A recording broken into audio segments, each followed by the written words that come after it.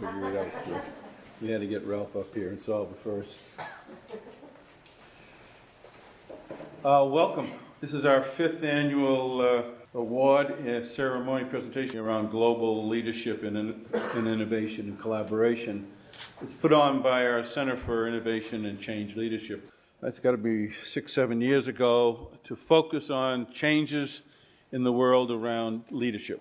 As innovation comes along, how does leadership have to change? How does it have to move to be able to keep current, keep relevant with the technology changes? So it's been an exciting center that we've had.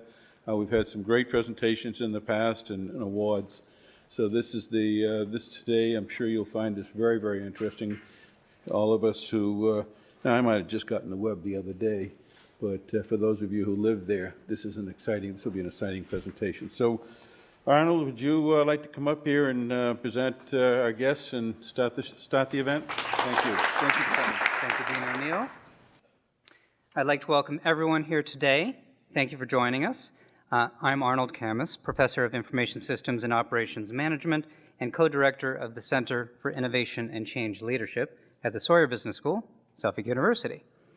We at Suffolk are pleased to honor the W3C, the World Wide Web Consortium, with our Global Leadership in Innovation and Collaboration Award, the GLIC Award for short. The GLIC Award was developed by the Center for Innovation and Change Leadership to recognize an organization that fosters and inspires innovation and collaboration, and the W3C certainly does do that.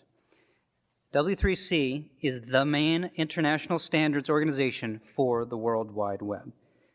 Founded and led by Sir Tim Berners-Lee, the consortium consists of member organizations for the purpose of collaborating in the development of standards, technical standards, for the web. As of September 7, 2013, W3C had 383 member organizations, including software companies and universities all over the world. W3C continues to fuel innovation day by day, year after year, adding to the web revolution, and it clearly has had a global impact. There are currently more than 1 trillion unique URLs on the web. Let's think about that for a second.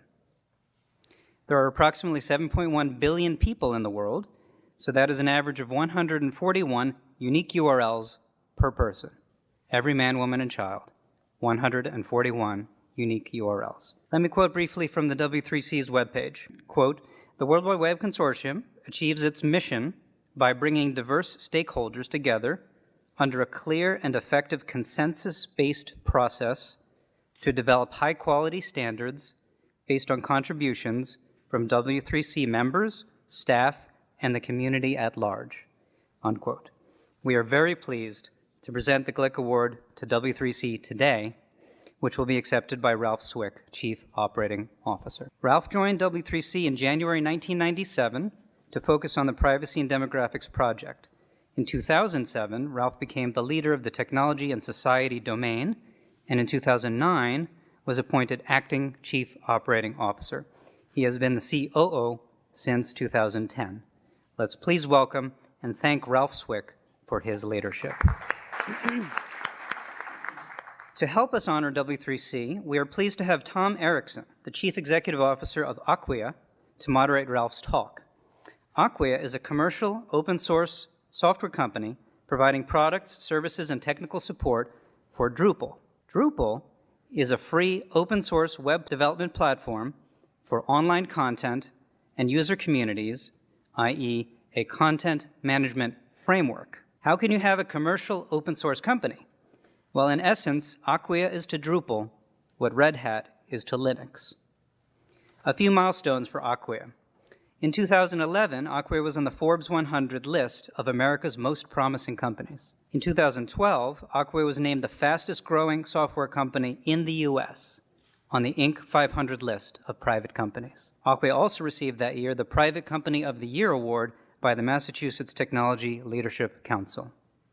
In 2013, Acquia was on the Always On Global 250 Top Private Companies list. Tom is a founding director of Acquia, working with co-founders Dries Beitard and Jay Batson to develop the company's open source commercialization model and recruit the early team members.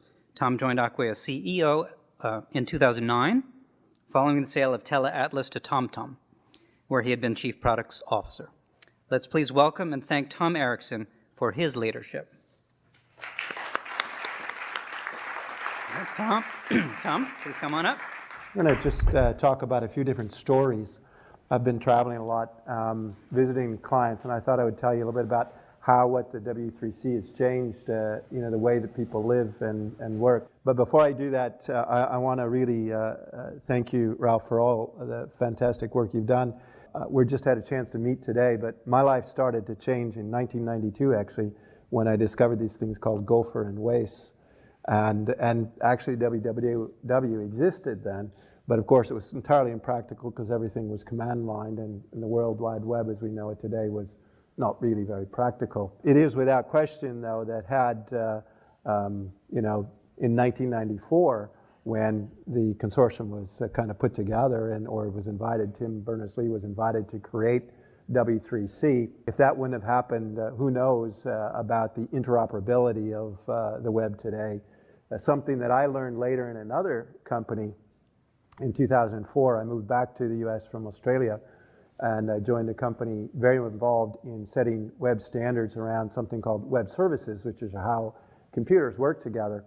And just to give you an idea, what we did, we were actually the interface between Amazon and then people like Toys R Us or other businesses. So if you went to Amazon and you bought toys, you actually got them from Toys R Us. But how do you think Amazon communicated with Toys R Us?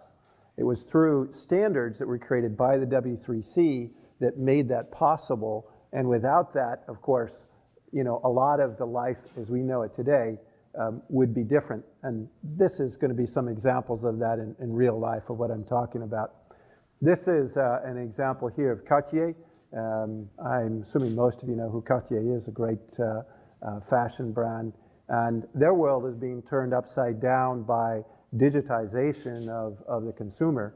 And so luxury goods market right now is dramatically different than what it used to be. And an example of this is Cartier, who described when we started to work with them, and they said, we need to romanticize the idea of buying a Cartier product, because what's happening in the rest of consumers are just buying things on the web and they're not caring about the luxury brand that we are. And so we're working with them to entirely change the experience, but something that has changed the way that people buy. Of course, you all know that from Amazon and other things today, but it goes right into brands that you wouldn't think about. Another one of our clients that we don't have here is a company that sells their automobiles online and only online. I think all of you know about the electric cars from out west. And so we've been working with them and with SpaceX in transforming how those organizations actually do their business. Another example, and this one is really about changing lives. This is from Florida Hospitals. Florida Hospitals is an organization. It's the largest outpatient center in the entire country. They treat more outpatients each year than any other organization. What is important about this specific thing is that what they've learned, especially in outpatient treatment, is that people can have medical problems happen anywhere, anytime, anyhow. And, especially when you're in Florida, you're probably elderly, you'd like to get treated right away. So they've created apps on mobile devices that are consistent with their apps that they have on desktops that say, where is the nearest Florida Hospitals facility for me, because I need right now to go find one, and it'll help you get there as fast as possible. So while it's not Yelp or another commercial application that you think about a lot, this one is actually saving lives, and it's a tremendous example. Here's one that is transforming a big part of the world as well, and this is from Mercedes-Benz. Historically, consumer products companies have had a difficult time communicating with their customers. Nielsen has made a fortune, as you know, off of communicating with their customers by doing surveys of television viewers or surveys in the world about what people think about a particular product. But the World Wide Web is changing that in ways that are not imaginable. And I'll show you another example in a moment. In this case, Chrysler has created an entire social community online where they can gather information from their consumers that they were never able to gather before, because they're creating a community of interaction that's completely transforming their business as well. A company like Symantec has done amazing things on the web in terms of transforming their customer service experience. They have a business, you might be familiar with Symantec, Peter Norton Tools and things like that, where they've created also a community, but theirs is a customer service community where 95% of the questions and problems are solved for their customers by customers themselves. In other words, by people interacting. And this is really an amazing transformation about the way that we can work together as a community. When I go out and I talk about open source, and we're very involved in open source. If you're not familiar with how open source works, basically the building of the product is done by anybody who wants to participate. Drupal, the product we work with, is the largest open source community in the world. There are over 1 million members of that community, and over 20,000 developers have created software that goes into Drupal. Now, what does that mean in terms of innovation? It means that innovation can happen anywhere at any time. Now, that's kind of been happening in the medical field for a long time. If you think about journals like the New England Journal of Medicine, it's contributory things where people publish findings they've had. It might not be an end result, but those findings eventually come up with, guess what? Some kind of way to treat HIV, or the evolution and creation of penicillin. These things never happen by themselves. They happen by collaborative open sourcing of the problem where people innovate together. And we strongly believe that these communities, like what's happening at Symantec, but also communities around building innovation, will solve the world's most difficult problems, the most difficult problems. And that's why the World Wide Web is so important. So it's not just a coincidence that when Boston Globe was honoring MIT's 150 years, and they talked about 150 different innovations that have come out of MIT, at the top was W3C and the World Wide Web. So there's something to be extremely proud of. So with that, I want to turn it over to Ralph. Thank you very much, Ralph, for your efforts. It may not be obvious every day how what you're doing is actually changing the world and making lives better. And I hope through some of the examples I've given here today, you can appreciate some of that. So appreciate your work. Well, thank you, Tom. Every time you say you, I know you're really referring to my 70 colleagues on the staff of W3C, and when I counted them over the weekend, the 1,600 representatives of our 380-some member companies who all are working together to make this possible. So thank you for that recognition.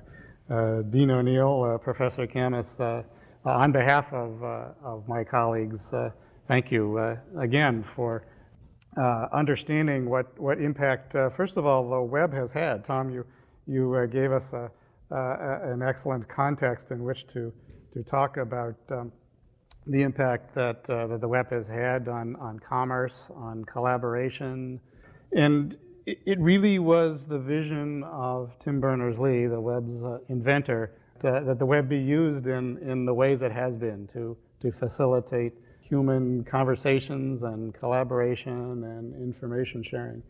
And to the extent that the W3C has found a formula that allows that global collaboration to work well, we're very pleased to share our experiences with everyone. So very briefly, I want to describe for you how W3C does work and how we've managed to create this very open, very consensus-based standards development.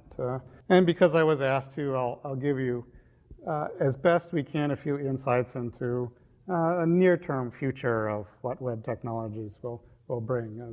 The human expertise and human creativity knows no bounds. So I certainly won't claim to be able to tell you what the web is going to look like in another 20 years. But to start with, as Tom, you've described, the web has really transformed about every way that we interact with each other and interact with the market. We have the open web platform has been a tool on which a lot of innovation can happen. And we're still learning ways that you and your customers can best take advantage of it.